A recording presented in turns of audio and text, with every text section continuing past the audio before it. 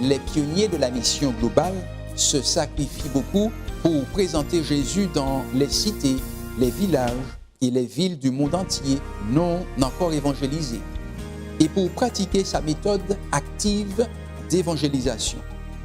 Mais une question se pose. Qu'êtes-vous prêt à sacrifier pour les soutenir?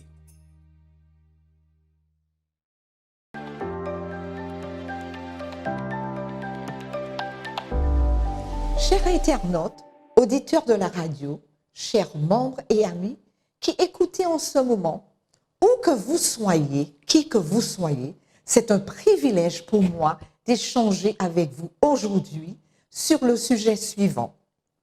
Devrais-je risquer ma sécurité pour répondre aux besoins de ceux qui m'entourent dans le contexte actuel de la pandémie? Ah, c'est une très importante question. Nous allons prier pour continuer notre sujet. Père éternel, c'est un privilège pour nous d'être ici en ce moment, afin d'analyser ta parole et d'analyser tes promesses. Et en ce moment de pandémie, de problèmes autour du monde, nous savons que tu es là pour nous garder, pour nous aider. Nous te remettons tous ceux qui sont là à l'écoute, les auditeurs radio, les internautes et autres. Garde-nous, donne-nous ton Saint-Esprit, accompagne-nous. Dans l'évangile de Luc 10, verset 27, nous avons le verset suivant que la plupart d'entre nous connaissons. Tu aimeras le Seigneur ton Dieu de tout ton cœur, de toute ton âme, de toute ta force, de toute ta pensée et ton prochain comme toi-même.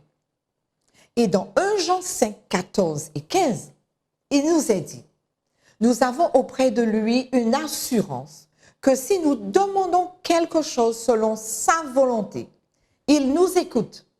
Et si nous savons qu'il nous écoute, quelque chose que nous demandons, nous savons que nous le possédons, cette chose. Lui, nous possédons ce que nous lui avons demandé.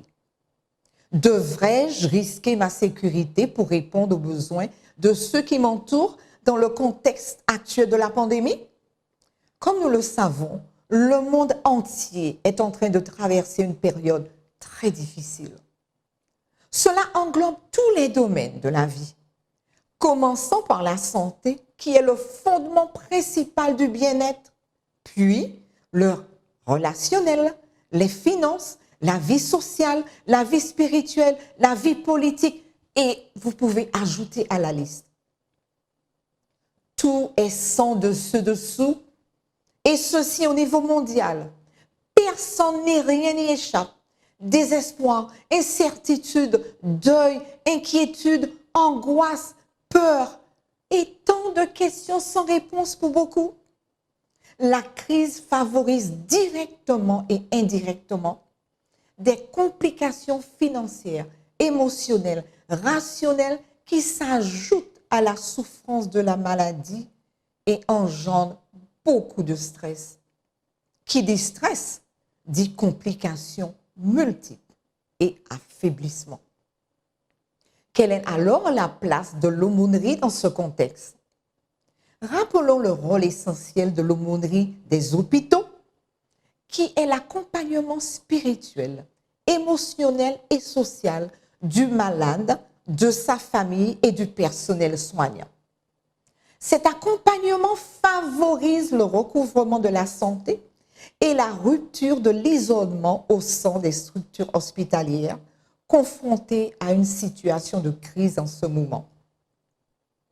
Adriana Baxton a écrit « Les périodes de crise peuvent être des occasions de croissance personnelle, de cultiver la compassion envers les autres. » Donc, même si nous sommes dans une période de crise, qu'est-ce qui peut se passer? Une ou deux choses. Nous devons prendre l'opportunité pour croître personnellement, croissance personnelle, et cultiver la compassion envers les autres qui sont en période de crise comme nous-mêmes, qui ont besoin d'aide. Nous avons dit croissance personnelle. L'avocat de la santé mentale Jordan Brown a déclaré que la pandémie du coronavirus a fait que les gens agissent de l'une ou deux façons suivantes. Soit en montrant une gentillesse extrême ou un égoïsme extrême. Ah, en pleine crise, on est soit gentil, on a une bonté extrême ou un égoïsme extrême. D'une part, les études ont démontré aussi que l'adversité fait ressortir la vraie nature du caractère d'un individu. Oui. De l'autre, l'adversité peut aussi relever une facette du caractère de cet individu qui ne se serait jamais révélée s'il n'avait été confronté à une situation spécifique.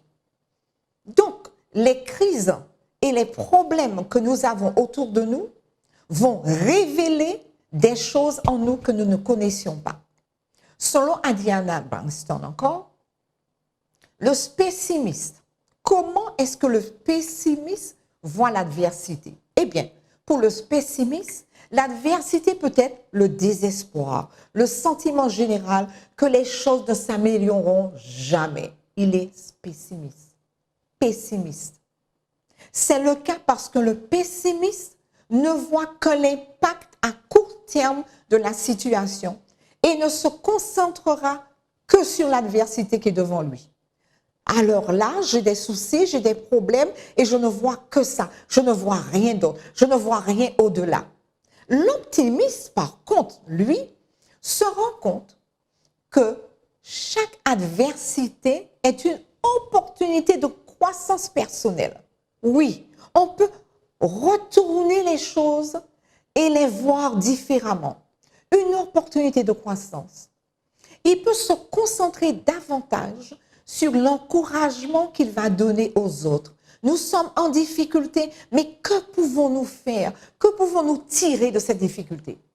L'optimiste a également la capacité de regarder vers l'avenir et de réaliser les conséquences à long terme de ses choix.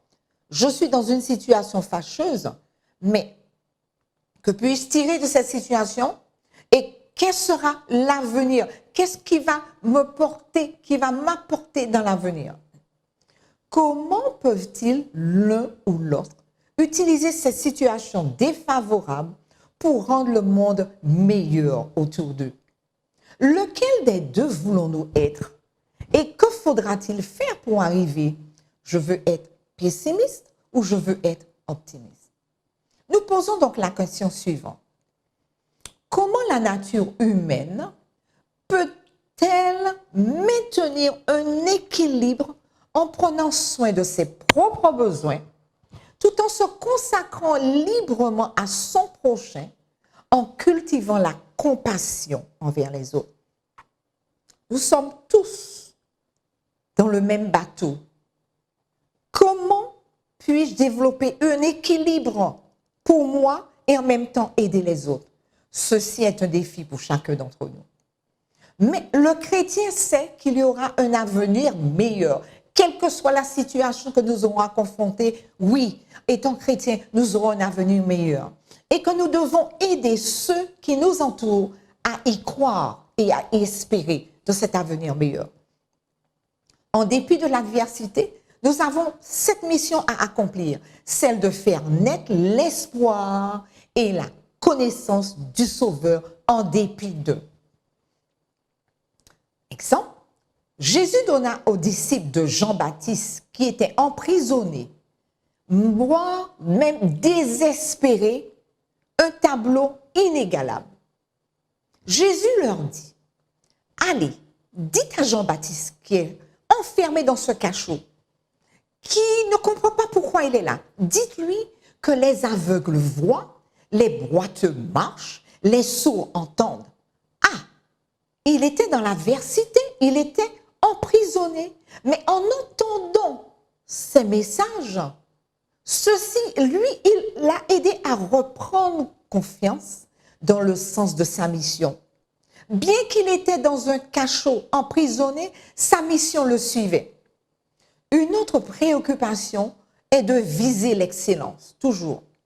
Et pour cela, il est également nécessaire de nous assurer que nous prenons soin de nous afin d'être plus apte à prendre soin des autres. On ne peut pas, en effet, donner ce qu'on n'a pas. Pour s'occuper des autres, nous devons nous sentir nous-mêmes bien dans notre peau. Pour s'occuper des autres, nous devons avoir quoi leur donner, contribuer.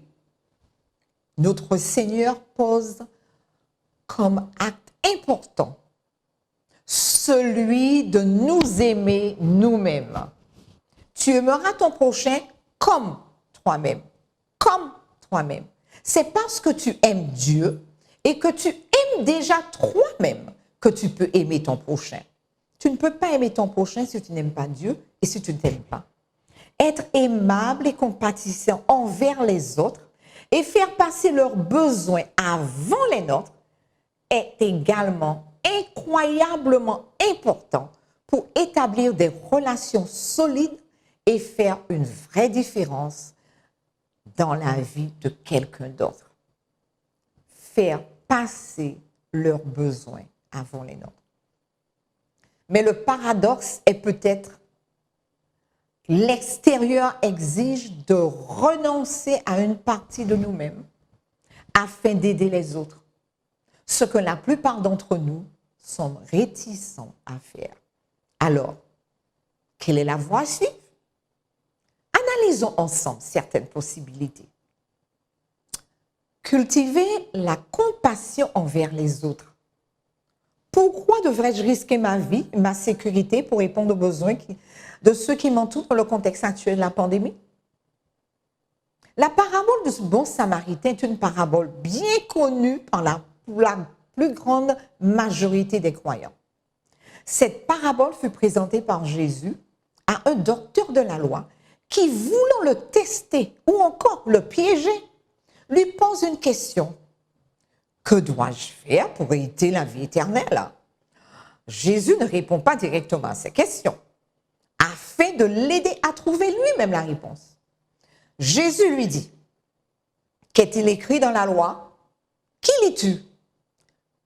Il répondit, tu aimeras le Seigneur ton Dieu de tout ton cœur, de toute ton âme, de toute ta force, de toute ta pensée, et ton prochain comme toi-même. Ah, merveilleux, vraiment. Tu as bien répondu, lui dit Jésus. Eh bien, tu connais. Va et fais cela et tu vivras. Tu as bien répondu, lui dit Jésus. Fais cela et tu vivras.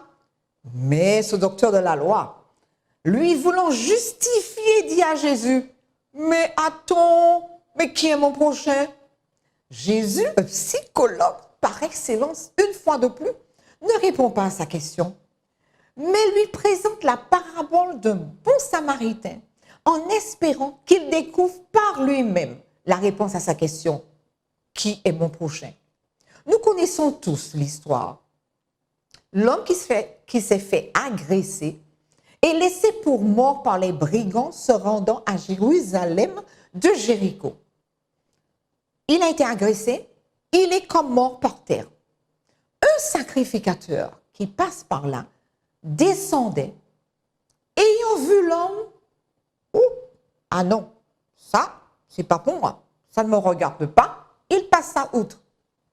Un lévite, ensuite, arriva aussi dans le lieu, ayant vu l'homme par terre, ah non, je ne vais pas me mêler de ça, il passa outre. Deux religieux, un troisième, un samaritain, qui était détesté, dénigré par les Juifs de l'époque. Ils étaient comme des vauriens, ils n'avaient aucune valeur aux yeux des Juifs. Il passa à son tour, puisqu'il voyageait sur cette route. Il fut ému de compassion lorsqu'il vit cet homme par terre et il lui vint en aide. Il fut ému de compassion. Donc, Jésus maintenant demande à ce docteur de la loi, lequel de ces trois, demanda Jésus, te semble avoir été le prochain de celui qui était tombé au milieu des brigands? Ah, mais c'est facile à comprendre, mais ça va de soi. Celui qui a exercé la miséricorde envers lui, répondit le docteur de la loi. Oh, Très bien, très bien. Tu as bien répondu, tu es très intelligent. Eh bien, va et toi fais de même. C'est celui qui a exercé la miséricorde envers lui. C'est celui qui a risqué sa vie. Puisque les malfaiteurs et les brigands pourraient encore être dans les parages, attendant la prochaine victime, n'est-ce pas? Pourquoi donc risquer sa vie pour quelqu'un qui est déjà presque mort? Pourquoi m'attarder ici, mettant ma vie en danger et compromettant l'avenir de ma famille qui n'a rien à voir avec cet inconnu? Dans le contexte d'aujourd'hui, comment être le prochain de celui qui a désespérément besoin de nous? Le sacrificateur et le lévite n'ont pensé qu'à leur bien-être, leur réputation. Ils avaient sans doute peut-être aussi peur. Ils avaient peur. Ils étaient pressés par leur engagement de la journée. Que dit la loi à ce sujet? Comment faire face à cette réalité? Le risque de nous mettre en danger pour aider les autres. Comment répondre aux besoins autour de nous en ce temps de crise? Besoin de sympathie. Répondre aux besoins d'empathie. Besoin de sagesse, d'accompagnement, de soutien, d'écoute et de partage. Oui, il y a d'énormes besoins en ce temps de crise. Comment accompagner un individu spirituellement, socialement, émotionnellement aujourd'hui? Est-il encore possible de répondre à l'appel de cette mission? Nous voulons en ce moment féliciter, remercier, encourager et continuer à prier pour tout le personnel médical, surtout ceux qui sont en première ligne pour leur bravoure, dévotion dans cette crise. Que Dieu continue à vous bénir et à vous garder dans votre mission. Mission qui est de servir dans les moments aussi difficiles, tout en protégeant, tout en nous protégeant, nous fortifiant, nous nourrissant, nous affermissant spirituellement pour mieux faire face à nos responsabilités du service selon nos capacités. Oui, cela est encore possible.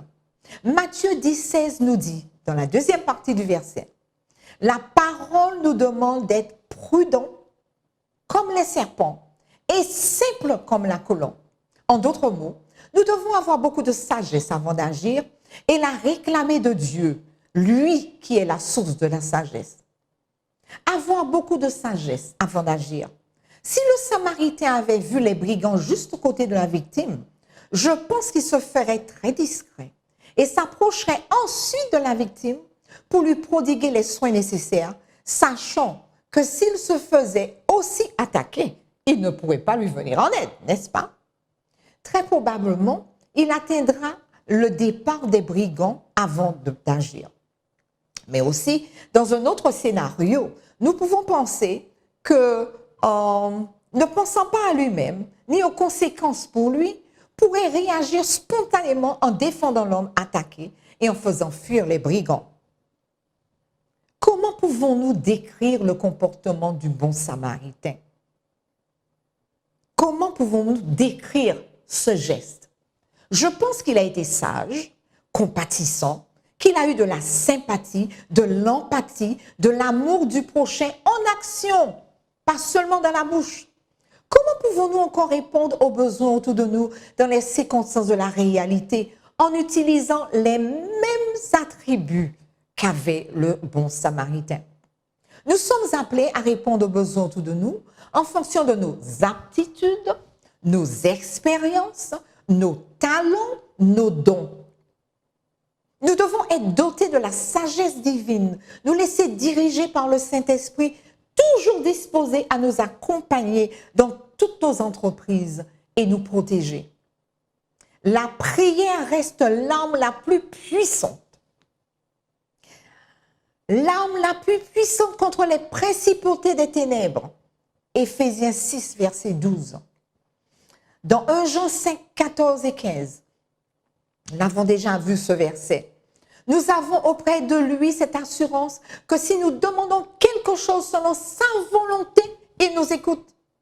Et si nous savons qu'il nous écoute, quel que soit ce que nous allons demander, nous sommes sûrs qu'il il va nous le donner. Au service des autres, le Maître nous garantit sa puissance et sa protection. Aucun mal ne nous atteindra sans sa volonté. Demandons à notre Père Céleste de nous accorder les attributs du bon samaritain afin d'accomplir la mission de compassion, d'empathie, de sympathie, de sagesse et d'amour en action. De manière concrète, essayons d'appliquer ces principes. Bien que nous ne puissions faire toutes les visites nécessaires dans les hôpitaux, les EHPAD, les foyers, etc., en ce moment, nous pouvons quand même continuer notre mission de semer l'espoir. Nous devons continuer à prier pour eux. Nous devons toujours utiliser différents niveaux de communication et d'échange en respectant tous les gestes barrières afin d'aider ceux qui sont autour de nous. Par exemple, fonctionner avec le téléphone, appel téléphonique, des prières au téléphone, des chants au téléphone, même en passant par un tiers si la personne en souffrance ne peut pas vraiment prendre le téléphone ou le tenir ou l'écouter. Des courriers électroniques, l'utilisation des réseaux sociaux dans toutes les phases, à tout niveau, des petits messages papier, mise à disposition de petits livres faciles à lire. N'oublions pas, on respecte les gestes barrières. Des visites personnelles dans certains cas, en respectant les gestes barrières. Des cartes, des pensées d'encouragement, des SMS, des dessins, des lettres, des lectures audio. Bien des personnes ne peuvent pour différentes raisons plus lire et aimeraient que quelqu'un puisse lire pour eux. Même au téléphone, des textes, des promesses bibliques, des dévotions, des histoires, en partageant aussi des expériences personnelles, des enregistrements vidéo, de la musique, etc., etc. Je vais vous donner juste un petit exemple. Juste avant le confinement de mars, il y a un résident dans une des maisons de retraite de la Martinique qui appelle à la Fédération de la Martinique, des Églises de la Martinique, et dit à la réceptionniste: vous savez, telle date, ce sera mon anniversaire, et je crois qu'il devait avoir 85 ans. Il devait fêter ses 85 ans. Je ne suis pas sûre exactement c'est l'âge, mais je crois que c'est 85 ans. Et il dit à la réceptionniste: vous savez quoi?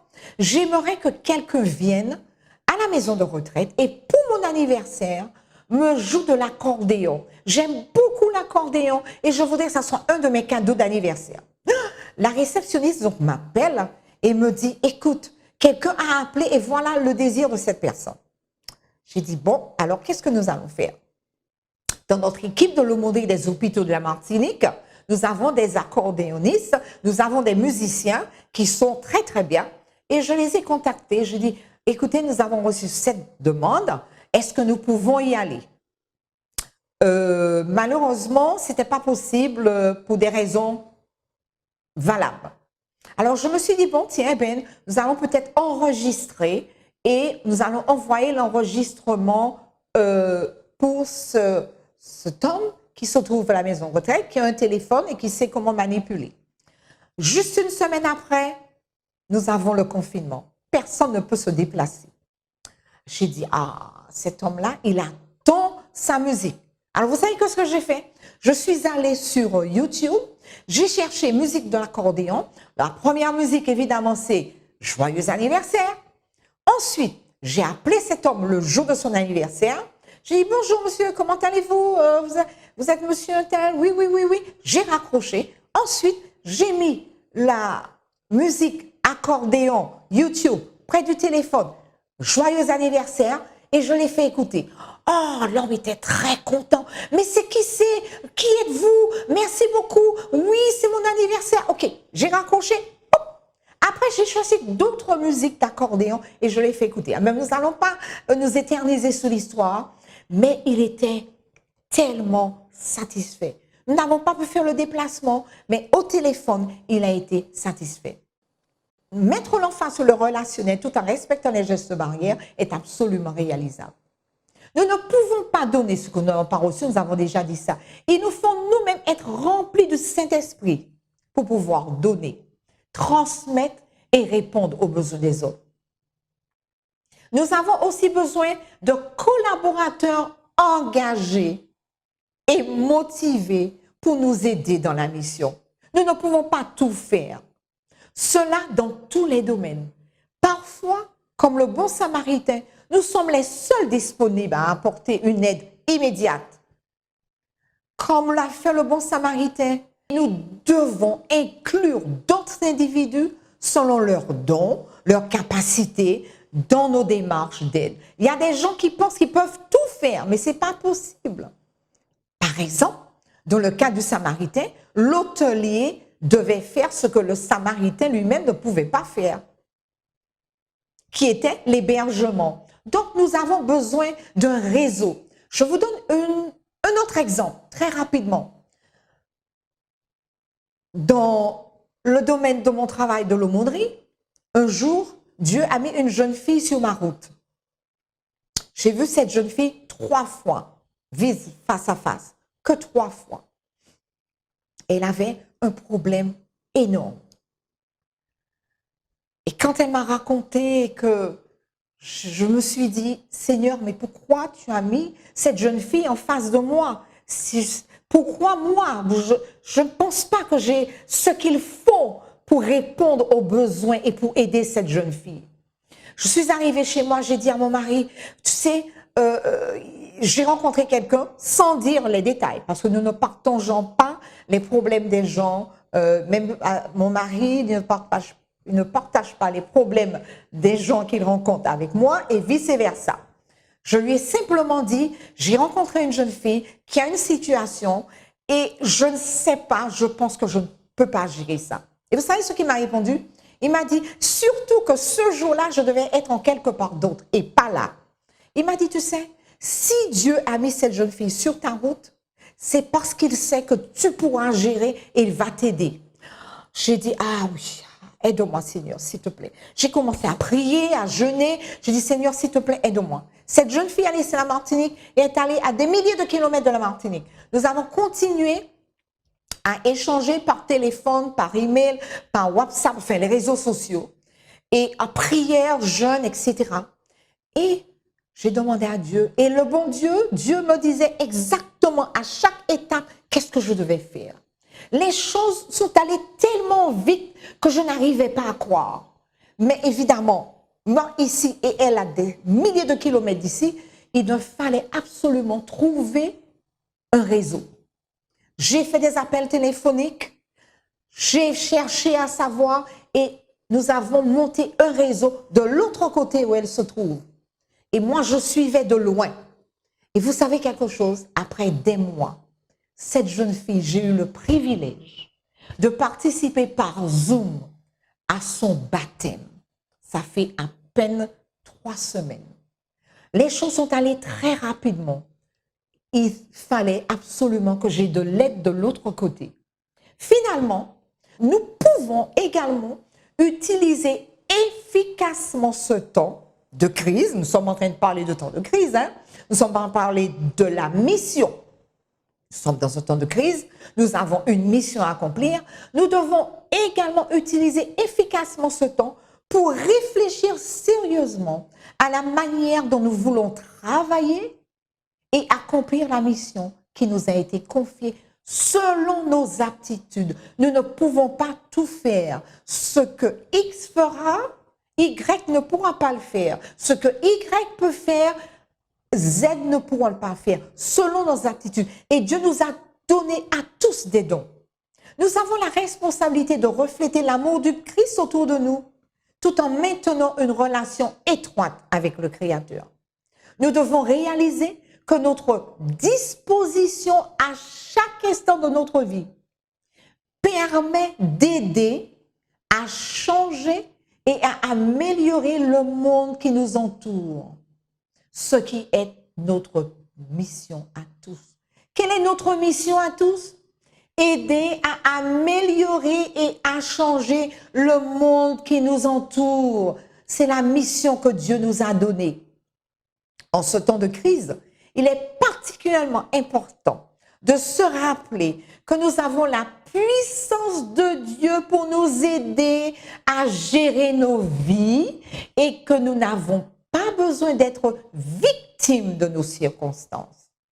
Saisissons-nous alors de la puissance de Dieu à notre disposition en demeurant sous l'abri du Très-Haut et en se reposant à l'ombre du Tout-Puissant pour être couverts par les extraordinaires promesses du Psaume 91. La plupart d'entre nous, nous connaissons le Psaume 91. Ces mêmes promesses conditionnelles ont été formulées par Jésus.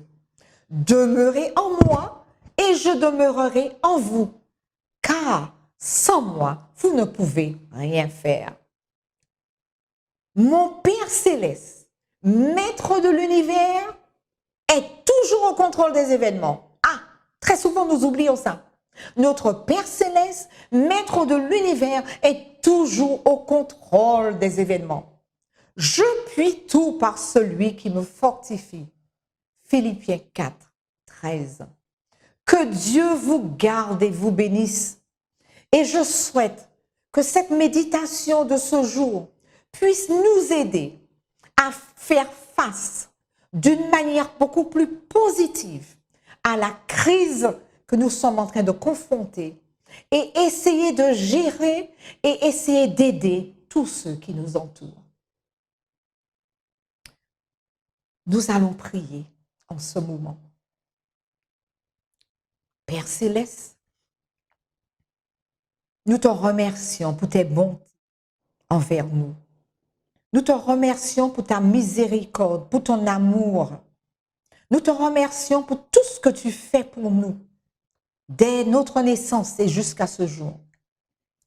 Nous sommes un peu ébranlés par cette crise d'aujourd'hui avec le coronavirus. Mais nous savons que tu es encore au contrôle de tout ce qui se passe. Nous savons que c'est toi qui diriges le monde. Nous savons tout ce que nous allons demander en ton nom, selon ta volonté, tu vas nous le donner.